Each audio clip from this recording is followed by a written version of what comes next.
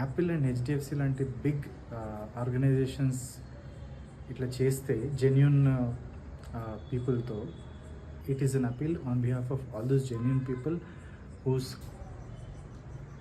9 o'clock అవుతుంది night 11,000 steps అయినాయి.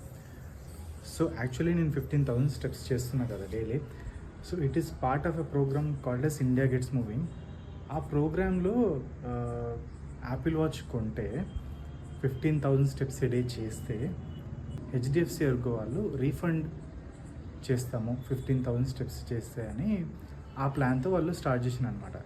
కాకపోతే చాలామంది ట్విట్టర్లో సోషల్ మీడియాలో ఏం చెప్తున్నారంటే చాలామంది క్లెయిమ్స్ రిజెక్ట్ అయిపోతున్నాయంట, ఎందుకంటే వాళ్ళు స్టెప్స్ ఫేక్ చేస్తున్నారని. మరి నిజంగా చేసే వాళ్ళ పరిస్థితి ఏందో అర్థం కావట్లేదు. చాలామంది నిజంగా చేసిన వాళ్ళు కూడా క్యాన్సిల్ అయినాయంట. So it's a dilemma. But Apple and HDFC లాంటి బిగ్ ఆర్గనైజేషన్స్ ఇట్లా చేస్తే జెన్యున్ పీపుల్తో ఎవరికి ఇంట్రెస్ట్ రాదు. నేనైతే నా రొటీన్ ఎప్పటి నుంచో చేస్తున్నా కాబట్టి ప్రాబ్లం లేదు, కానీ దీనికోసమే పర్టికులర్గా ఎవరైనా చేసి ఉంటే నిజంగానే హెల్త్ ఇంప్రూవ్ చేసుకొని వాళ్ళకి బెనిఫిట్ రాకపోతే ఇట్స్ అ బ్యాడ్ థింగ్.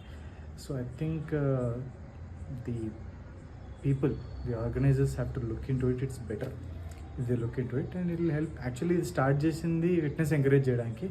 చాలామంది ఫిట్నెస్లో దిగి probably they are doing well జెన్యున్గా, వాళ్ళకి ఎఫెక్ట్ కావాలి.